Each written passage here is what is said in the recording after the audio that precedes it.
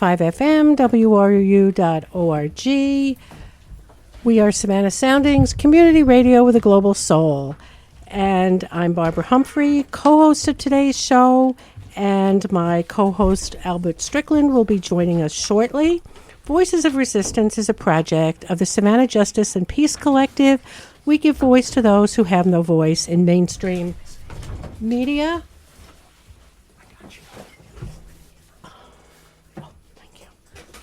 We give voice to those who have no voice in mainstream media and present a wide range of issues that affect us all. My co-host is going to read the disclosure. Yes. Oh, yes. All right, let me get this. We're kind of settling in here. We're settling in, yes. When we first started, we didn't have anyone previous, and now we have this great show before us, and so we're learning how to switch things over seamlessly, which is not happening at the moment.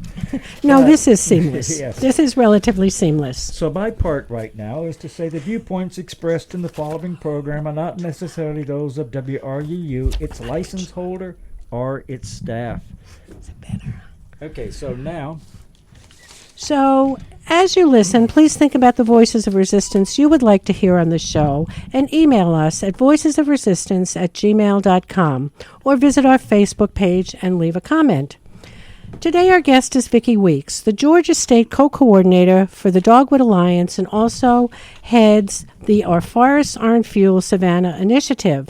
We found a bio for Vicki on the Dogwood Alliance website, but I wonder, Vicki, if you would like to introduce yourself and tell us a little bit about you? Well, I've been working with Dogwood now for actually, I think about 2 years. And we started out with the Our Forests Aren't Fuel campaign. Actually, they started before that, about 2.5 years ago. A young woman, Rita Frost, who was the campaign lead here, and she came down, and I think that's I introduced her to you, Albert, and she had contacted me and asked for the names of, the people who were doing activist work, and I think I hooked her up with you and Philly, and then I helped them out with some stuff on that campaign, and then when they wanted to put somebody full-time, she was part-time in Savannah, they contacted me to see if I would help them with this Our Forests Aren't Fuel campaign, the focus of which was to pass a resolution in support of standing forests and to not be supporting the damaging clear-cutting of the industrial biofuels industry. Thank you. And actually, biomass industry. Biomass. Well, actually, I'd like to add just a little bit because Vicki's been a long-time activist. I mean, a long-time activist. Not that she's old, but she's been here a long time. And I understand that she started with the Florida Keys Marine Sanctuary way back in the days when you were there. Well, we actually, my first Earth Day was the first Earth Day in Carbondale, Illinois, and Wow. and I was in the anti-war movement there in college, and then. When I moved to the Keys, we started an organization called Brief Relief, which was the precursor to the Florida Keys National Marine Sanctuary. We put in the first mooring buoys in the continental United States, and we did the whole 130-mile track of the Florida Keys, and working with the state to get access to the bay bottom. And then, you get all that done, and it's like, oh, yeah. And I'm like, oh, wow, we've got to maintain this. That's right. So we did some talk with the sanctuary people, and they put in the Florida Keys National Marine Sanctuary, which is fabulous. See, I remember we first met 6 years ago, roughly. I was at Occupy, and Vicki comes along with these petitions, and we were working on Move to Amend. We were trying to work on the Citizens United, repealing the Citizens United decision through amendment. And we did a lot of things. Vicki is quite creative, which is why Dogwood Alliance really gained a great source here, because I remember we had little skits in the parks and all the Homeland Security and everything there. And the one thing that I am very proud of was the banner drop at the State of the City. I'm probably telling too much, but it was a fun, and just to show the depth of experience and commitment that Vicki has to the causes when she puts herself into it. she really puts herself into it. Well, I think along those lines with that whole move to amend thing, I was the co-chair with Claudia Collier of the Coffee Party Savannah, and we really were the lead on getting the city of Savannah to pass that move to amend resolution opposing Citizens United. And people say, oh, the city is so non-progressive and they're not environmental, but we really are sort of a beacon in the South. The city under Mayor Jackson joined the Compact of Mayors, and that was a pretty substantial commitment. And they have followed up on the commitment with the creation of the Sustainability Department under Nick Deffley and his team there, doing some great work. And then that was also, that commitment is what the United States brought to the Paris Accords. So, and we were early signers. So we really, I always believe we should give credit where credit is due, Absolutely. Yes, definitely. So you mentioned the Dogwood Alliance, and we've mentioned our forests are in Fuel Savannah. Could you talk a little bit about the relationship between those two and the role you play? Yeah, the Dogwood Alliance is the headquarters of the organization. It's a nonprofit organization dedicated to saving our forests, our southern forests. And it is based in Asheville, North Carolina. They have been in the forefront of this work to save forests for many years. They started out earlier on. I don't even know if it was their first campaign, but it was a very substantial campaign to get the paper industry, the paper products industry, to start sourcing sustainably. And they actually, I believe, got 3 of the 5 major multinationals to agree to sustainable and change their sourcing policies. So they moved on from that. I mean, they still continued work on that to get the other producers or paper product producers on board. But they saw what was happening in Europe with the passage of the European policies around clean energy. The European Union was to meet their clean energy goals, they started subsidizing the biomass industry. And biomass is primarily, while there is some ethanol in the United States, it is primarily wood pellets. And so what was happening is that those subsidies are going to multinational corporations, but the proviso was that they couldn't take any of the wood from Europe. And so, and we're, the southeast U.S. is closer than the Amazon, which is the other place that we're going in and decimating. And, interesting factoid, people hear about the Amazonian crisis, but we're actually causing deforestation at 4 times the rate of what's happening in the Amazon right here in the southeast U.S. So it's really a pretty serious issue. So Dogwood continued to work on that campaign through the European Union, and some of our key team members were just over there in Brussels, and it looks like they're going to be cutting those subsidies far back in the 2020 plan, because more and more science comes forward showing that not only is biomass wood pellet production on the industrial scale more damaging to the biodiversity because they're doing this clear cutting, but it's also 4 times the carbon footprint of coal.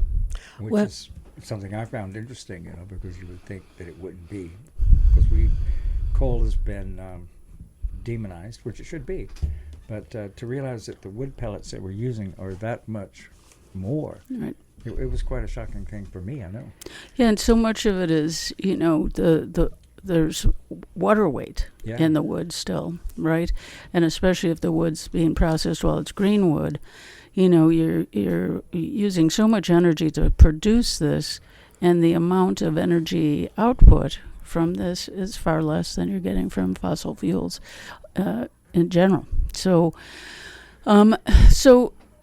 we've had tremendous success. The team out of North Carolina has had really wonderful success in working to reduce those subsidies in Europe. And what is happening is you're seeing, as these companies see that writing on the wall, you know that they're going to be coming here to replace those subsidies because they have to. The industry is not economically viable in competition with true renewables like wind and solar without subsidies.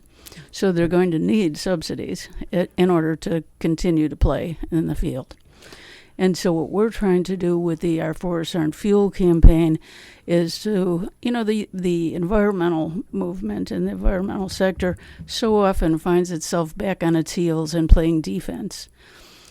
I think that it's time for us to start playing offense, and that we need to be preventative and proactive so that we're moving legislation and resolutions forward before anybody even comes. We know they're going to be coming. And so let's get these things in place so when they get here with all their, we're going to give you new jobs and da-da-da-da-da-da. We're like, I'm sorry, we've already got this resolution in place. Right. Barbara and I had the opportunity to go to Asheville for a anarchist book fair, so I'm going to say it was quite revealing. And there we encountered a publication that was, what was it called? Heartbeat. Heartbeat. Do you know anything about Heartbeat? It's out of Heartwood, which is out of Tell City, Indiana, and it stated in there in the past 60 years, 33 million acres of national forest have been lost in the southern U.S., many being coastal wetlands. We'd never heard of this. Yeah, that was really our first introduction to this issue, other than the petitions that we've signed for you. But those were like quick encounters in the park without thinking much about it and then going on to the next thing. And then suddenly we had this publication, sat down and read it and thought, oh my God. Yeah. And another thing, if you get a chance, Karen Graney, who's the president of the Coastal Sierra Group, does trips down to the Ogeechee. And it's a wonderful paddle trip through this cypress swamp that some of the trees there, she told us, were 1,000 years old, right? Mm-hmm. And so it's a wonderful trip until we get to the one point where she points out the 200 acres that have just been clear-cut down there. And so, the industry likes to talk about, they're only taking treetops and wastewood and trees that can't be used for anything else.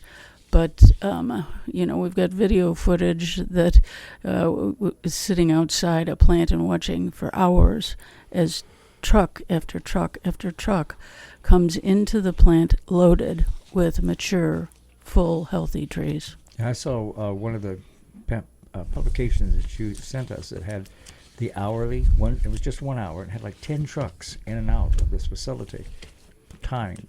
Yep. It was amazing. It's one every 6 minutes or so. Yep. It was just that type of devastation. Yeah, I mean, when you look at the acreage that they're clearing, and Dogwood's not against forestry in general, certainly, or the wood products industry. Forestry can be done sustainably. In Maine, for example, there are some fifth-generation timber farms. Fifth generation, but you can only do that when you're in Maine. They're required to only take one out of every 5 trees and replant one for every 2 taken. So when you have that kind of regulation in place, that's when you get the sustainability of the industry. But you've got these companies that are multinational companies coming in. They're not really caring much about how sustainable the industry is. Right. It's hit and run. Right. Profit now. So if I ask you to talk a little bit about the regulations here in Georgia, will there be a lot of silence in the air? Yeah. Yeah. Although, we'll give you 10 minutes right now. Right, Go ahead. Right. Well, we do have some interesting pieces in place for protection, minimal protection at the state level. And we just had our county commission unanimously pass a resolution in support of preserving standing forests and recognizing the value of these forests as standing forests versus their value as dead board feet.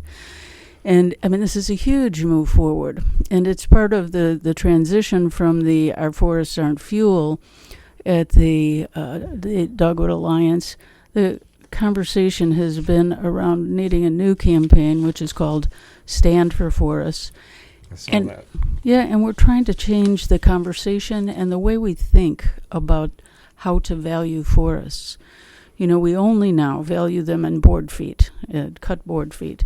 But the things that forests provide, when you really look at the economic value, can you even put an economic value on the production of oxygen, for example? I'm not Right. quite sure what we're going to do without it, you know. I mean, That just presents some sort of a Right. problem, would you say? Right. and so between oxygen production, CO2 sink, providing habitat that allows species diversification. You look at the root systems of trees and what they do to hold soil and and nutrients water. in place, purify water Mhm. to protect us against natural storms and storm surges. I mean, they're just, they have an incredible value, not to mention the quality of life components. Have you guys heard of tree bathing? You know, forest bathing. Forest bathing. Japanese No. forest bathing. All right, Oh. sounds interesting.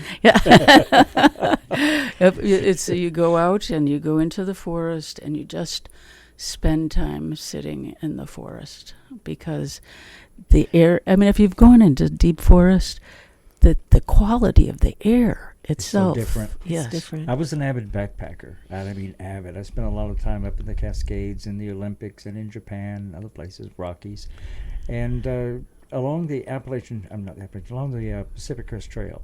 I decided I was going to do a portion of that one day, and I was shocked because I'm going along the trail. It's so beautiful. The trees are it's amazing. And then I get to this part that's been clear cut. And I couldn't understand why. This is the Pacific Crest Trail. Why was it clear cut? And I mean clear cut. There was nothing upstanding. And so that was a shock just to see that. There's also another interesting point. We encountered a book while we were in Asheville, and it's called Nature Deficit Disorder. How children... Oh, yeah. It is a viable disorder now. Children don't go outside. They don't go into the forest or the woods. They don't get dirty. They don't get the essential organisms that the body needs to build the immune system. They won't go anywhere unless it has a USB port. You know, that's about it. So Yeah, and I mean, and just psychologically, you know, it sort of goes along with studies about how important play is. yeah. You know, we learn so much in play, as opposed to our structured academic focused approach to education, and it's really crucial to get kids out. It was one of the things that when I was working primarily on the Our Forests Aren't Fuel campaign.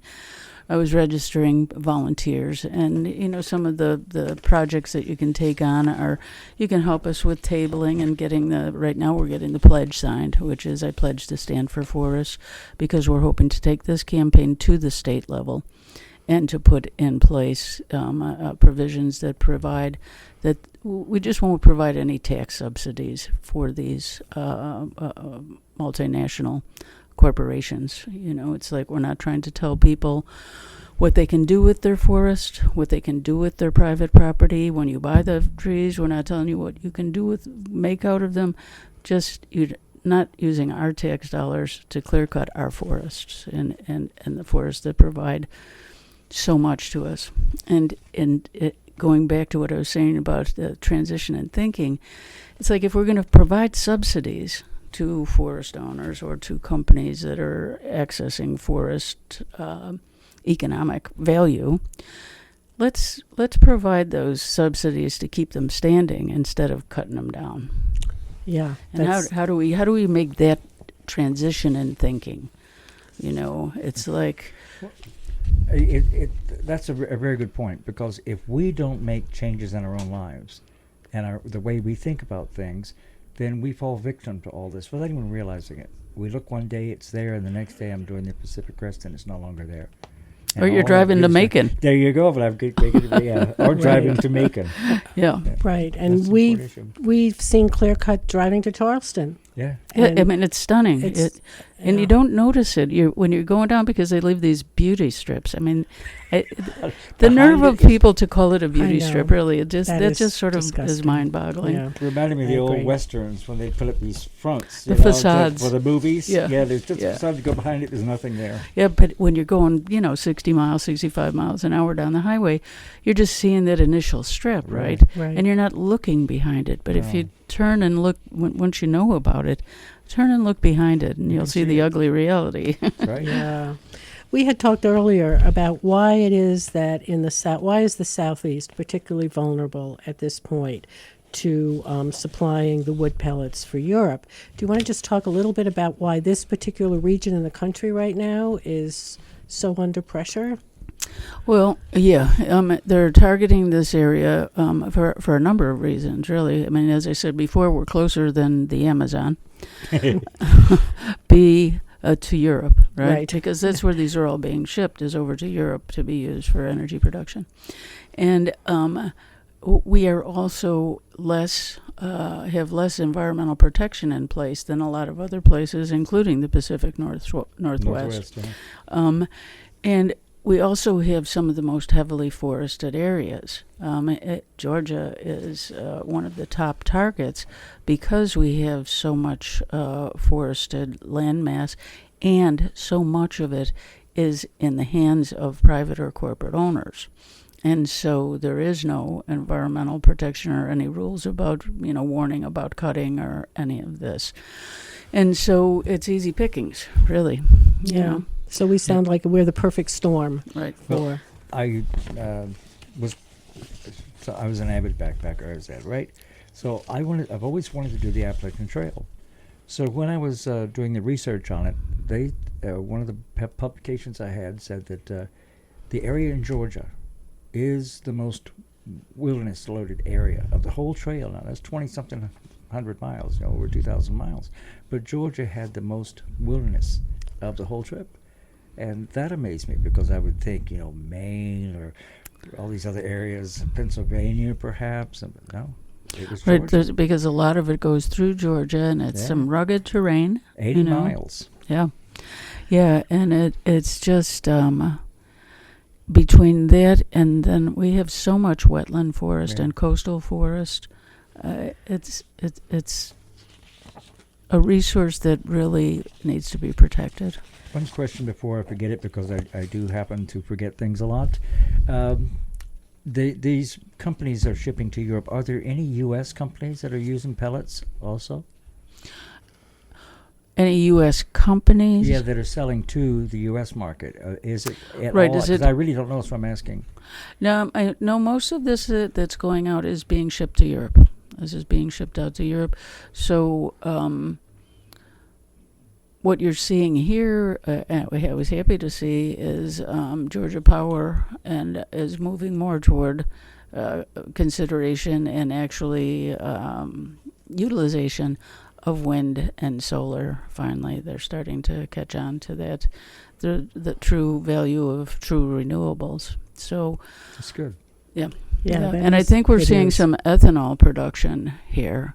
And the thing is that while the pellets are being shipped out, one of the big issues for the communities in which they put these plants, because it's not just the trees being felled and the clear cuts, it's also the transportation of that, Right. the toll on the roads themselves, the air quality, the noise, pollution, all of this. And then when you're located by one of the pellet plants, I mean, there's substantial air quality, water quality issues that are creating very serious problems for those communities where they're located near.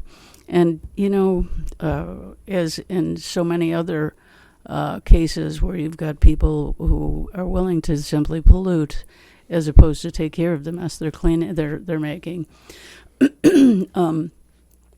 These facilities are being placed in low-income communities of color, areas where they believe that there are people who are not going to have the capability to fight back or stand up. And I think they're being surprised in some cases. Dogwood right now is working in Richmond County, and helping them to oppose a plant that's happening up there, and the people are really standing up and taking action. I was just down at a rally at St. Mary's, the Save Cumberland Island rally, and went down there, and I wound up. In addition to getting, around 70 people that signed the pledge to stand for forests, I wound up meeting a number of people who were with environmental organizations from other counties, and they want to know how we put together what we did here in Chatham.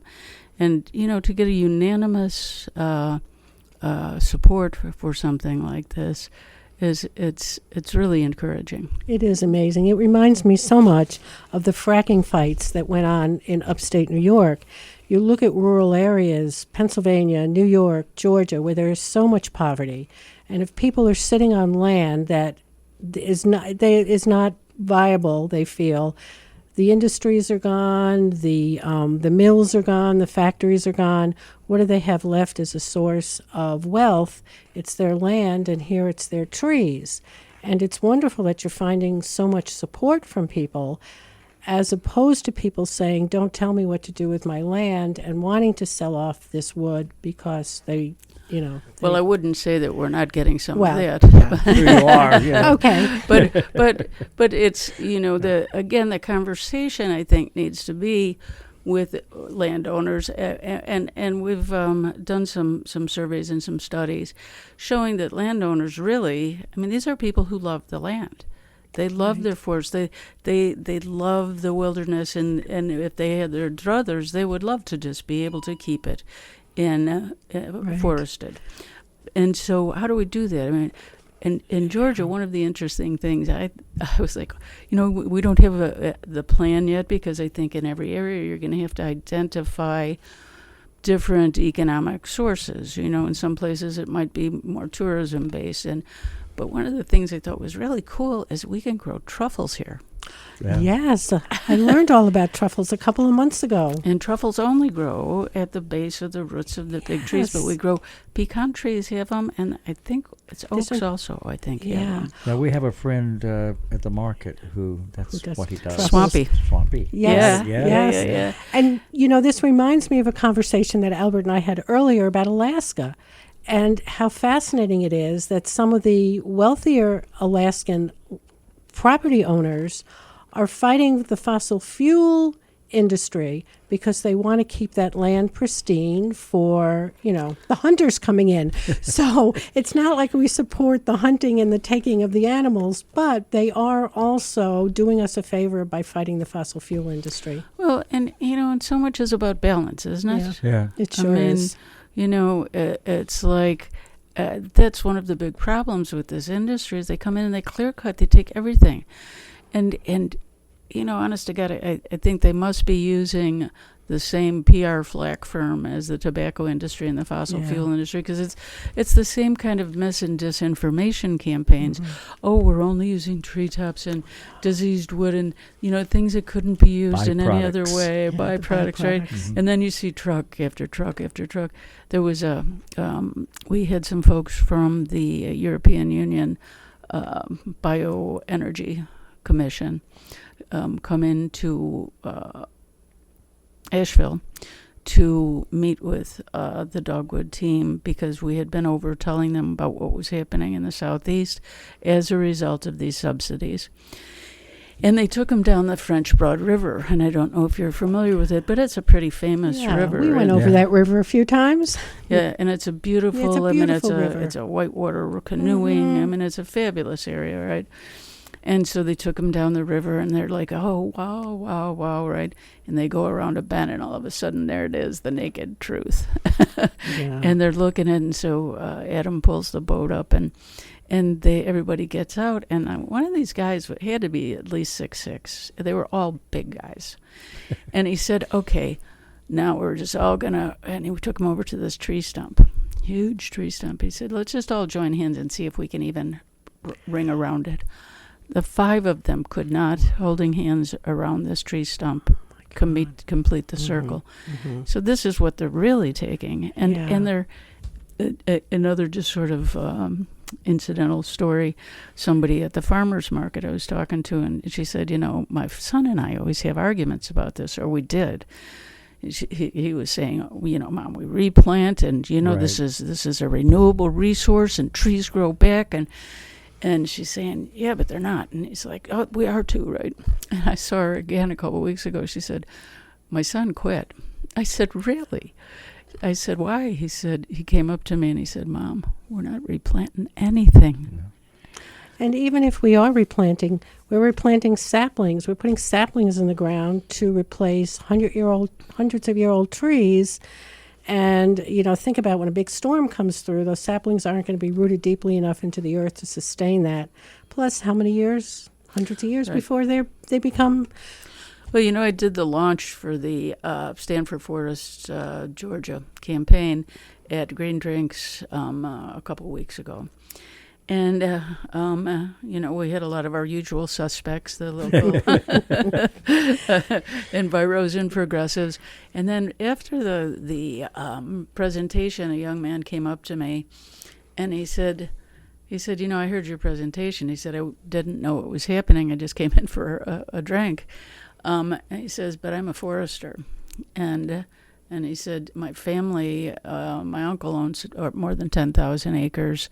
Wow. And our family is very involved. And he said, and we'd love to be able to keep this forested, but, how are you going to compensate me for the $500,000 that I just made from that 200 acres? Right. And I said, you made $500,000 a year off this? He said, well, no, that took 15 years. I said, well, that's actually about $37,500 a year.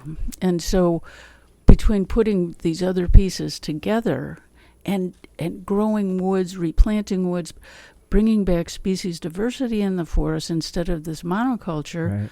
we're being able to have some hardwoods which have much higher product value, economic value, than just these, 15-year-old pine trees. Right. I mean, I hear that same argument from with the fracking and people saying, oh, well, they're going to give me this much. Well, let's do the math here and realize what it is you're actually getting, and it's pennies on the dollar. So we need to take a break and identify our station. You are listening to WRUU-LP, Savannah, Georgia, 107.5 FM, WRUU.org. We're Savannah Soundings, community radio with a global soul.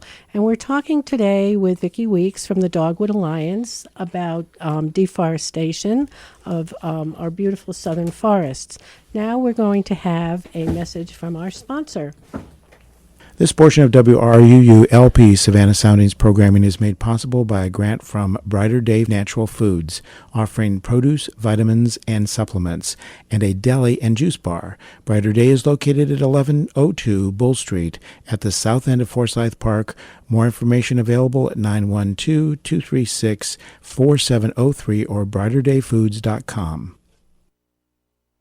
If your business enjoys our programming on WRUU-LP, please support the station with a donation. Let your customers, neighbors, and friends know that you share our vision of building a thriving community based on diverse, vibrant radio programming.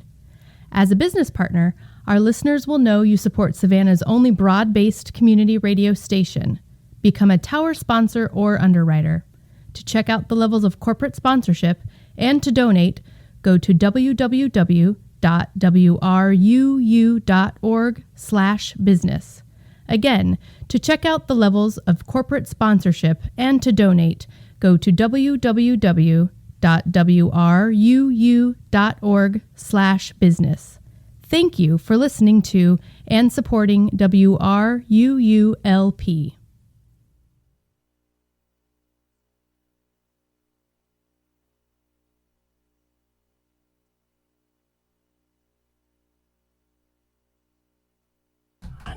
Okay, let's go back to our program and talk a little bit more. We have some more time to talk about this issue. One of the things that we had seen in the paperwork that Vicki was so kind to share with us was the were these hot zones. So they've identified hot zones down here in the South, which are most vulnerable to deforestation for the wood pellet industry. And one, of course, is Zone 2, southeastern Georgia. Do you want to talk a little bit about these hot zones? Well, these are just going to be areas in which they have identified that the amount of material that's available, unprotected or accessible, the cost-benefit ratio works. It's Right. like we were looking at the difference between the amount of available acres, forested acres in Florida versus Georgia. You were saying earlier, why Yeah. aren't they targeting Florida? Well, what was it, 393,000 acres Right. versus 3.65 million acres? And so just the density itself makes it a much more lucrative market for, more bang for your buck. Right. And one of the new emerging hotspots that we had noticed was Louisiana, which has 4.1 million acres. Are you making any effort to reach out to these surrounding states and to get them on board before the onslaught? Yes, we had a organizer in Louisiana, and she was working on the Our Forests Aren't Fuel campaign down there. I think she was in Biloxi, if I'm not. No, that's not Louisiana, is it? Biloxi, I think, It's is Mississippi. Mississippi. No, I'm not. I'm sorry. I'm Yeah, not sure no, where that's she is. No, okay. it is. But we did have somebody working Okay. down in Louisiana. We have somebody working in Virginia, and we've got myself, and then we've got the headquarters in North Carolina. But one of the important things, again, this is a nonprofit organization, Right.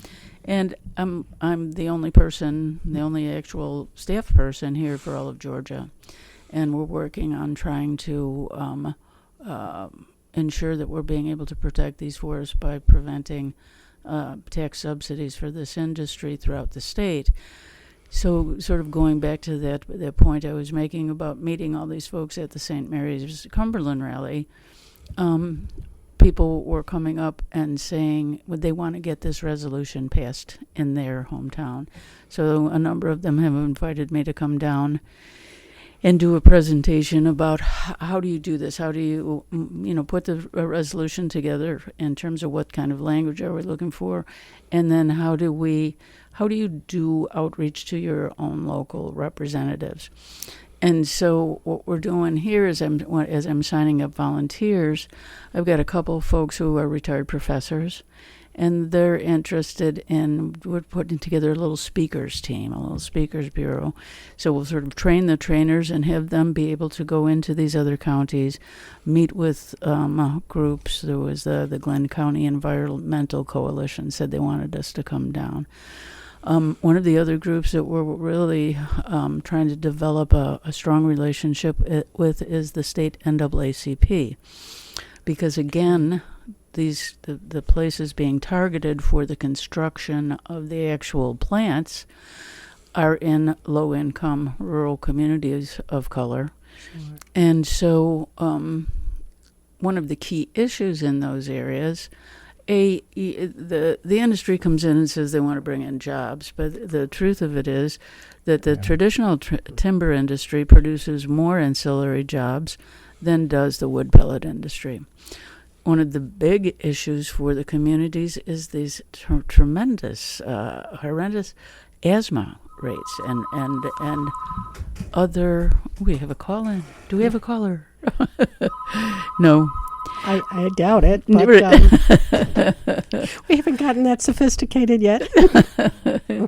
And so what we want to look at, and I've been talking with, there's a young man who's up at the state office, and talk to him about, is this something that if we were to put together something on environmental health, that the NAACP might be interested in having its chapters have access to that and see what's happening with that.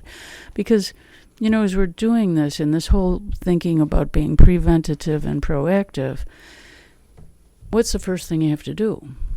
You have to find allies, clearly. Well, and how do you do it? Right. They've got to know what the Right. problem is. You've got to They d- educate. Right. If they don't know there's a problem, then the next thing that happens is these guys have already got the permits coming down the pike, and there's a 30-day window of opportunity for public comment. Well, nobody even knows what you're commenting on at this point yet. Right. So as part of the preventative, proactive approach, I think we need to be going in, we need to be letting people know about the health hazards, not only of the wood pellet industry, but of all these extractive industries, Which is one of the important things. We have big agribusiness, which is taking more and more land for monocrops. We've got the beef industry moving in and taking more land to produce more meat, and these are things. And we still have the crops of the past that rob the soil. We have the cotton, the tobacco, and the old sugar cane to rob the land. And so we are living next to one of the most toxic rivers, or not toxic, polluted rivers in the nation. The Savannah River is runoff. I was just seeing a report about what is it called, REMOP program, and it's about going out and actually testing the soil for radioactivity around the nuclear power plant. So, and we have all these Superfund sites. Well, how did they get there? It's people need to understand that here's the trade-off. You think you're going to have maybe another 30 jobs, but your kids are going to have brain cancer or asthma or whatever. It really doesn't need that third arm, right? Yeah. Right. You have a problem getting the message out. Now, we travel in circles where we're preaching to the choir a lot of the time. So how can we go beyond that to where we really reach deep into the community itself and say, hey, we really have a problem, and it's not just our problem, it's all of our problems. So how do we... Well, we did a really, I thought, interesting thing, and we did a statewide strategic conversation with other environmental organizations up in Atlanta, and it's one of the people who came out was this young man from the state office at the NAACP, and he's in charge of special events, I think, for them statewide. And so one of the things that emerged in the conversation was exactly that, and especially, quite often, and I imagine it's a problem in a lot of sectors of progressive movement, but in the environmental movement, it's always so white. Just to not put too fine a point on it, and we brought this up when we were speaking. There were a number of African Americans and other people of color at the meeting, and we were like, how do we connect? How do we reach people with the information that is they need, because they're gonna be coming for your town. And so as it came out, he had some very good suggestions. One, of course, we really would like to work with the NAACP on programs that they think would be helpful from their perspective in their community. And from what I understand, there actually is a movement at the national level to start working on environmental justice from the NAACP. So I think this will be a good opportunity for us to mesh that. And we're looking at trying to put it together as sort of an environmental health justice issue training thing. The other thing is the churches, the black churches. Mm-hmm. The other thing is, where you put information about inviting people to participate in meetings. They're not necessarily reading the Savannah Morning News. If you want the African American community, you might want to put in the Savannah Herald or the Savannah Tribune, in our case. What's the media that the people that you want to come are listening to or watching or hearing, right? What Facebook pages, what groups are they going to? And, if we keep putting it in the same places where the demographic isn't, it's like, if you want to meet somebody, you have to go where they are, not right. expect them to be where you want them to be. Right. Right. That's very true. Very true. So here in Savannah, I'm sure you have connected, you have some allies here, that organizations that you're working with? Well, I'll tell you, we have a true hero here, Commissioner James Holmes. He's District 2 Commissioner. He's been a commissioner for a long time. He has grandchildren. And children, obviously, because that's how you then get the grandchildren. Oh, it's kind of an odd deal there, isn't it? Right. It's like, I think that's how it almost always goes, and he gets it.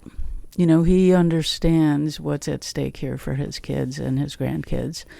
And, I think one of the things he said is that it is important. Not only is it important for us to keep our forests standing for all the benefits they provide, but certainly we shouldn't be using our tax dollars to destroy it, Yeah. He also stood with us. There was this will roll right off the tongue, an International Day of Natural Resource Destruction Reduction. Oh my God. Natural Disaster Reduction, an International Day of Natural Disaster Reduction. They were thinking acronym right from the get-go there. And so it was a letter that was going to the European Union Bioenergy Commission, and we were looking for leaders from the South to sign on with us, political and business leaders, and Commissioner Holmes was right there. So, and he has shepherded this resolution. He's helped us move it forward. He's a good guy. So, remembering the encounter with the city council when we tried to move to amend and how long it took, I was really shocked when it just sailed through, basically. And again, it must be because of Commissioner Holmes and the groundwork he did within the council itself, as well as Vicki Weeks in their fighting. Well, I think it's like they know we're not going away. That's true. Well, that's good. They're back. Yeah, as you were talking, I was actually thinking about Citizens United and Move to Amend, because Albert had said you were very involved in that, and recognizing how corporations have so much more say in our government these days and in the policies that are made. And certainly in this case, I'm sure it's quite significant. Yeah, and it's, I think one of the most distressing things is that so many people have been convinced that government is the problem. And government's not the problem. It's corporate control of government that's the problem, and how did it get that way? Well, we've got all this dark money flooding in. Look at that race with in Georgia's 6th district. Obscene. Who can run? These corporations have so much, available economic resources that they can throw, and they can buy every minute of airtime on radio or television. Thank goodness for some WRUU. Yes, thank really, heavens. And here we all are, everybody's thrown in their $3 here and $3 there, and then over to that and over to that. And it's just until we get money out of this political system and this dark money. We don't even know, are these the multinationals that are coming out? Who's doing this even, right? Right. And the other assault, I was thinking as you were talking, were these trade agreements. And thank heavens the TPP and the TTIP, I think those were the two acronyms, kind of faded away for the moment, because as I recall from the whole fracking fight, in fact, if these trade agreements had gone into effect, localities could pass all the regulations they wanted, even at the state level, and then these corporations could come in and sue the localities for restraint of trade and perhaps overturn these regulations. For impacting our profits. Yes. And it's like, it totally turns everything on its head, because as Annie Leonard, story of things, right? Oh yes. Said it's and Robert Reich, and the internalizing of profits and the externalizing of costs, and so rather than us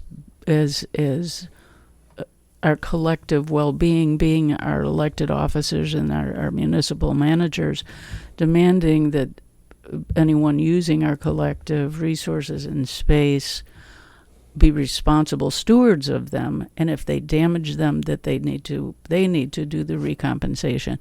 Now we're going to be liable for impeding their profit because we haven't allowed them to, strip mine and pour, nuclear waste in our drinking water. Yeah. But I mean, being hyperbolic, but Yes, no. one of the things we have to stop in our own lives even is giving into the idea that everything is a consumer value. That tree is not a tree. They don't care about what it provides. It doesn't provide until they don't have it anymore, and then it's too late. But that they see a dollar sign, and that's it. And you remember even the redwoods with John Muir. We lost almost all the redwoods. There's very little forest left. Well, and again, but he did stop. The Stand for Forest campaign is really about changing how we think about the value of forests. I love truffles myself, and I think there's something like $2,100 a pound. I was just going to say, I might love a truffle if I could afford to buy one, right? But I would rather not love them. Well, I know that Ansel is happy to hear that. So. Yes, and so look at this is just tossing a few things off. There's tourism. There's, of course, there's the diversification of the tree species, so that we're starting to get hardwoods that have much more value in the building and the furniture and the arts and crafts.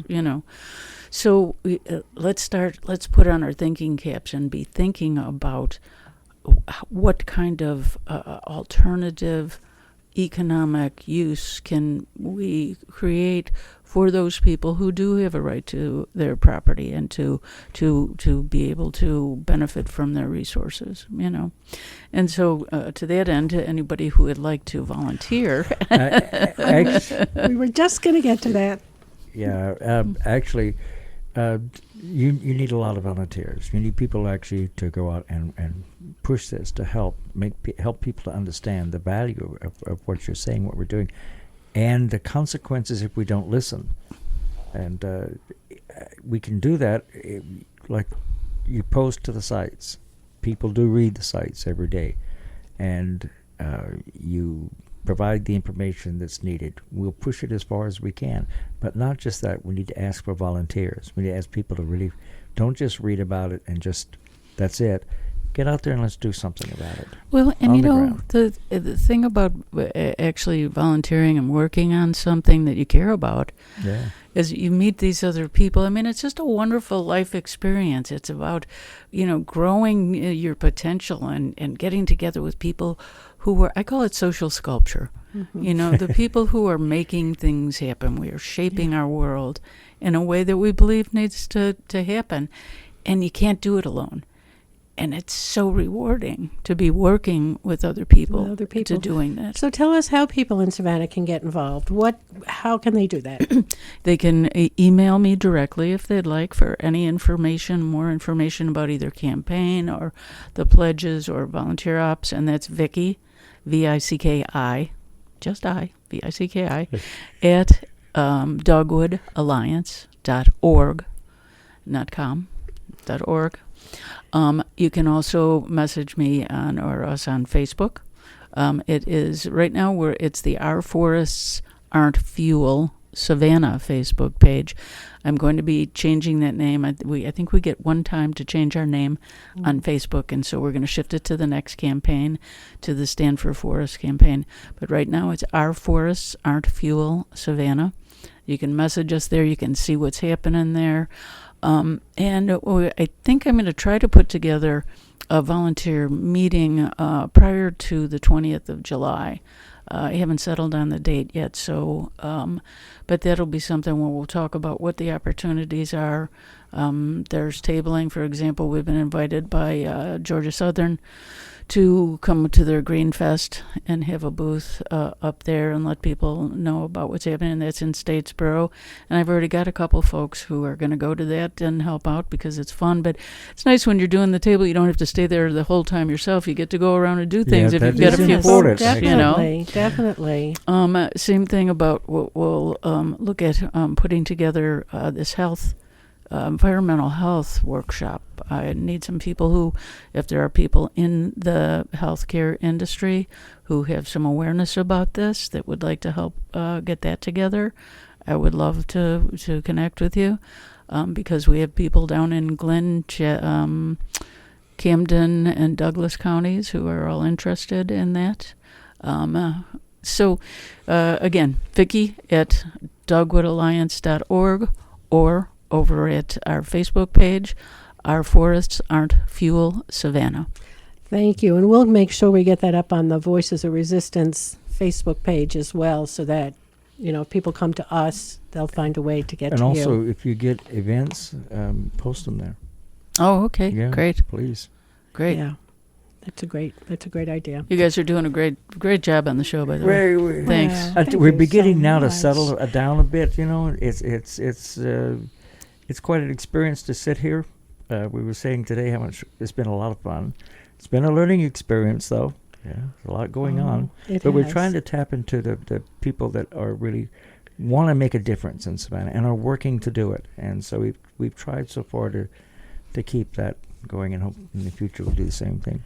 And I'm sure you've heard the word intersectionality, which neither one of us particularly like, but, it's all connected. And we've spent a lot of time talking about the commons. When we went to Asheville, we heard from a number of different speakers about the commons, which got us thinking about what really is in the public domain, what really belongs to us. And as you were talking about, our forests, even land that's privately owned, which we sort of question whether private ownership is really appropriate. But even so, what belongs in the public domain? What is ours, and how do we protect it together as a community, as a society? One of the things I was thinking about today while I was outside before you came here is the fact that we have a right to protect ourselves. That's why restaurant owners, even though they own the restaurant, you're not allowed to smoke in restaurants because it endangers people's health. Well, how about all our forests disappearing so that the people in Europe can have a warm house? That affects us here. We're paying the price for it, not only to the environment, but to the road system, as you mentioned before. We're really paying a heavy price for this. To health, yeah. And it's, and people, again, it's, I always try to find a way to string together as many win-win-wins as we can. Excuse me. And so finding a way for people to support themselves using that resource in a beneficial way. Yeah. That all of us benefit. Right. And if you, as you said about Commissioner Holmes, if we all have children or grandchildren, or we want to see this in the future. We don't want to see all this go away. Exactly. Yeah, we want us all to have a chance to take a walk in the woods. And as the other thing I was thinking of as we were talking is, my one piece of advice to everybody is, sometime in the next 3 or 4 days, go take a walk in the woods. Yes. Go Hug really a tree. Hug a tree. Oh, that's one thing I want to say. If you ever get to the point where you need tree huggers, let me know. Please I'll be let there. us both know. Yes, we would be glad to go out and hug a few trees. So before we go off the air, I just want to encourage you all to stay tuned to WRUU for Evening Eclectic, which is coming on as soon as we sign off. And also to let you know that you are listening to WRUU-LP, Savannah, Georgia, 107.5 FM, WRUU.org. We are Savannah Soundings, community radio with a global soul. Thanks for listening to Voices of Resistance. Next week, we are going to talk about food as a right, not a privilege. And I hope you will all join us for that conversation. Are there any last words for today? I think Just want to thank Vicki. I mean, Yes, really thank appreciate you. your coming on the show and the information you provided and the job you're doing. I really appreciate you. Just to let you know that. Yes, Thanks, you thank guys. you. As you Same were back at you. As you were talking, I was thinking about how many miles you must be putting on your car, driving all around Georgia, and how busy you are. So thank you so much for giving us this hour. It's really appreciated.